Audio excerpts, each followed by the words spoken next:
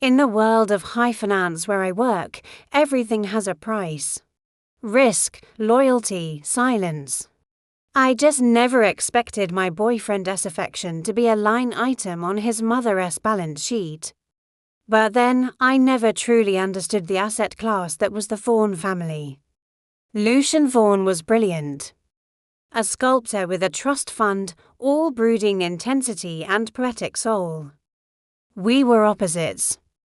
I was structured, ambitious, driven by data. He was chaos and clay under his fingernails.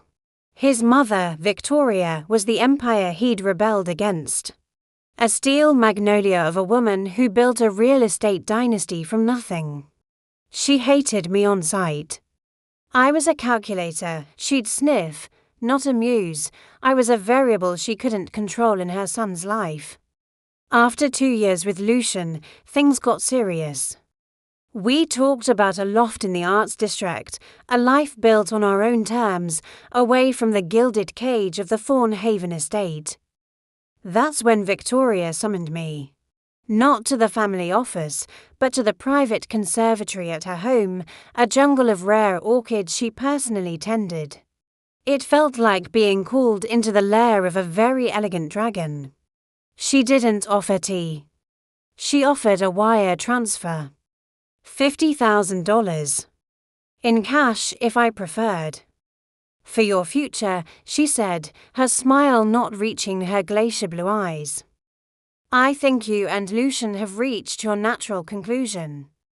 You're stifling his genius.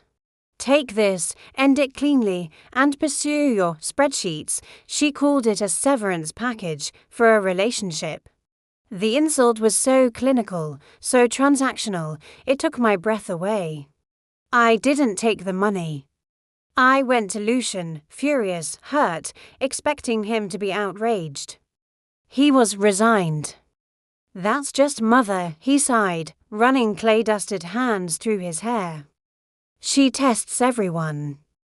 Don't let her win. His passivity was a colder shock than the bribe. He didn't storm down to the conservatory. He just went back to his sculpture, as if I'd told him it might rain. I should have left then. But pride is a poison. I stayed to prove a point to her, to him, to myself. I became more entrenched. I started managing Lucian's chaotic finances, his gallery contracts. I was becoming indispensable.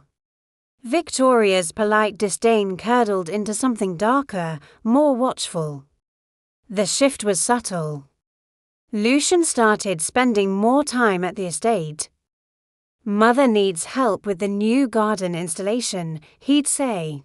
Or she's funding a new studio for me on the grounds. He came home smelling of her perfume, that same, heavy, gardenia scent that clung to the conservatory. He started quoting her philosophy on art, life, love. Our arguments about his mother became circular, exhausting. I was the unreasonable one, misunderstanding their bond. The end began with a vacation. Our vacation, to Bali. 2 days before we left, Lucian came down with a mysterious fever. He was too ill to travel. You go, darling, Victoria purred over the phone. Let the poor boy rest. I'll nurse him. I went alone, feeling uneasy and foolish.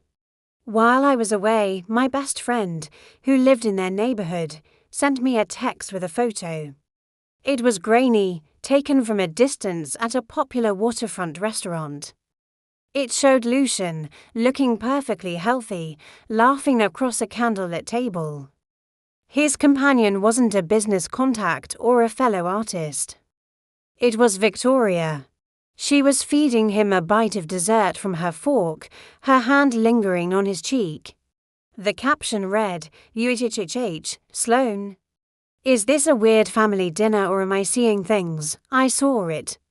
The intimacy was unmistakable, but it was twisted, wrong. It wasn't maternal. It was possessive, romantic. I felt the world tilt off its axis. I flew home immediately, 16 hours of screaming silence in a first-class cabin. I didn't go to our apartment. I went to a hacker ID used for due diligence at my firm, a grey hat wizard named Felix. I gave him a retainer and a simple directive: uncover the financial and digital life of Victoria Thorne and her son, Lucian. Look for hidden connections, shell companies, anything unusual. What Felix found wasn't just an affair. It was a systematic, lifelong grooming. Trust funds structured to pay out only with Victoria's approval. Lucian's art sales were often to LLCs owned by her corporate web. And then, the bombshell, a sealed, confidential psychiatric evaluation from Lucian's teenage years buried in a private clinic server. It detailed a pathological enmeshment and role confusion initiated by Victoria after her husband's death. Lucian wasn't just a mama's boy. He was her creation, her proxy husband, her ultimate possession. My $50,000 severance package wasn't to get rid of a gold digger. It was to remove a rival. Armed with this, I didn't confront Lucian. I went to the one thing Victoria valued more than her son, her empire's reputation. I scheduled a meeting with the board of her flagship charity, the Thorne Foundation. I presented a sanitized, corporate version of the truth, a PowerPoint.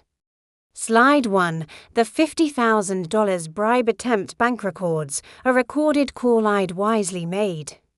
Slide 2, evidence of financial coercion, Felix's findings on the trust funds. Slide 3, the psychiatric report, anonymized but damning. My thesis was clear: Victoria Thorne was a liability. Her personal conduct presented a massive reputational risk that could sink donor confidence. The board, comprised of old money socialites and cautious CEOs, was horrified. They forced Victoria to step down as chairperson emerita to focus on family matters. Then I sent the full, unredacted file to Lucian. With a one-line note: "Your mother didn't want me to leave because I was bad for you. She wanted me to leave because I was competition. You were never her son. You were her sequel." His response was a single, broken phone call, weeping. He finally saw the cage. But it was too late for us. Far too late. The final act of my revenge was the most poetic. I took the story not to a tabloid, but to a prestigious cultural magazine that had long wanted to profile the enigmatic Thorne dynasty. I gave them an anonymous, deep background interview. The published piece was a masterpiece of insinuation. Titled The Gilded Cage, Art, Money, and a Mother's Love, it didn't state the obscenity outright. It described the unusual closeness, the financial symbiosis, the baffling romantic partners who never lasted. It quoted art world insiders whispering about the handler, not a mother. It was a death by 1,000 elegant cuts. A month after the article ran, Lucian and Victoria were quietly married in a private ceremony in France, where such things raise fewer eyebrows. She'd won. She finally had him, irrevocably. But her victory was her eternal damnation. The society that was her oxygen now openly shuns her. The empire she built is run by caretakers. She is a Gothic punchline, locked in her chateau with her prize. As for me, I used the $50,000 she'd offered. I invested it in a startup run by a former colleague. It went public last year. That initial severance is now worth just over $2 million. I bought my own penthouse, with a view that rivals the Thornhaven estate. Sometimes I look out at the city lights and think of them entwined in their monstrous, mutual captivity. She paid me to leave her son. So I did. And I took a piece of her empire with me as change.